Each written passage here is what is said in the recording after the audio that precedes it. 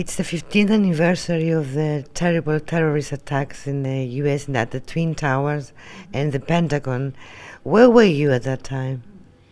15 years ago, I was actually sitting in my office in Rome, Italy. I was working at the embassy there.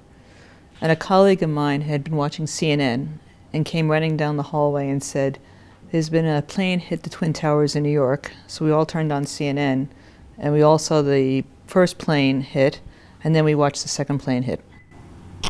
Okay. And how did you find out about it? Well, we knew, I think, I don't know why, but I think all of us knew, maybe it's because of what we do for our careers, but we knew it was not an accident. After the first plane hit, some of us thought it might have been an accident. But when the second plane hit, we knew immediately it was a terrorist incident.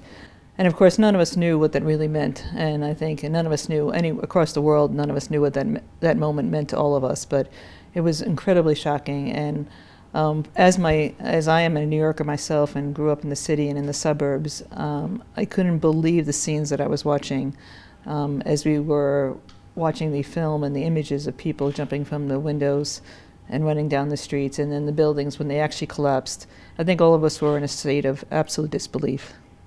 And exactly as a New Yorker, how did you, and as a diplomat, how did you react? Yeah, well, I think, interestingly enough, the thing that happened first, September 11th is my mother's birthday. And she was at the time in her mid-70s, and I knew she doesn't listen to the radio or doesn't watch TV in the morning, so I decided I needed to tell her what was happening. So I called her up, and she was all very cheery on the phone because she hadn't heard. And she said, "Oh, thank you for calling me for my birthday." And I had to say, "Mom, I'm not calling you for your birthday. Something really awful happened." So I told her what happened, and obviously she was stunned. And interestingly, to this day, she doesn't celebrate her birthday on September 11th. She celebrates it on September 12th, because that day is so horrific for all of us and so tragic. And we knew many people who were working in New York City at the time, and we knew people working in the Twin Towers, and of course we didn't know what happened. And as it turned out, that 2 of my high school classmates died in the Twin Towers. They worked for this one film that lost 98% of the people who were killed. They were living on one floor, all working on one floor, and that was the floor that was completely destroyed.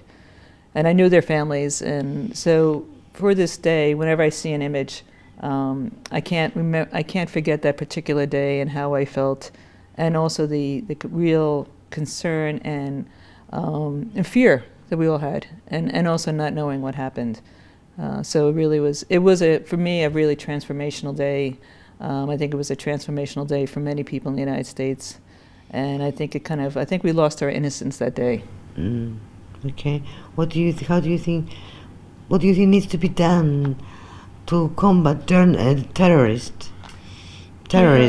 I don't know. There is no one easy solution. I think we've all learned that over the last decades. I mean, even before 9/11, there were many ways we try to address terrorism. I think the one thing that I am proud as a New Yorker to say now is that we are very resilient people.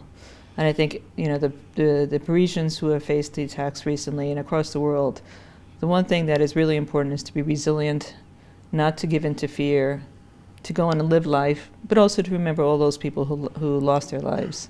And on September 11th for me is a particular day of self-reflection and thinking about all that has occurred in the past decades.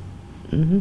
Do you have a message or something to say about it? No, I mean, my message is that we should just remember the lives lost in all terrorist attacks, whether it's in Istanbul or New York or Paris or London or in Israel. Across the world, people lose their lives in terrorism. And it's a horrible, horrible thing to go through for their families, for the countries. And I think we all just need to be resilient and remember what's important, the family bonds, the personal bonds that you have with people.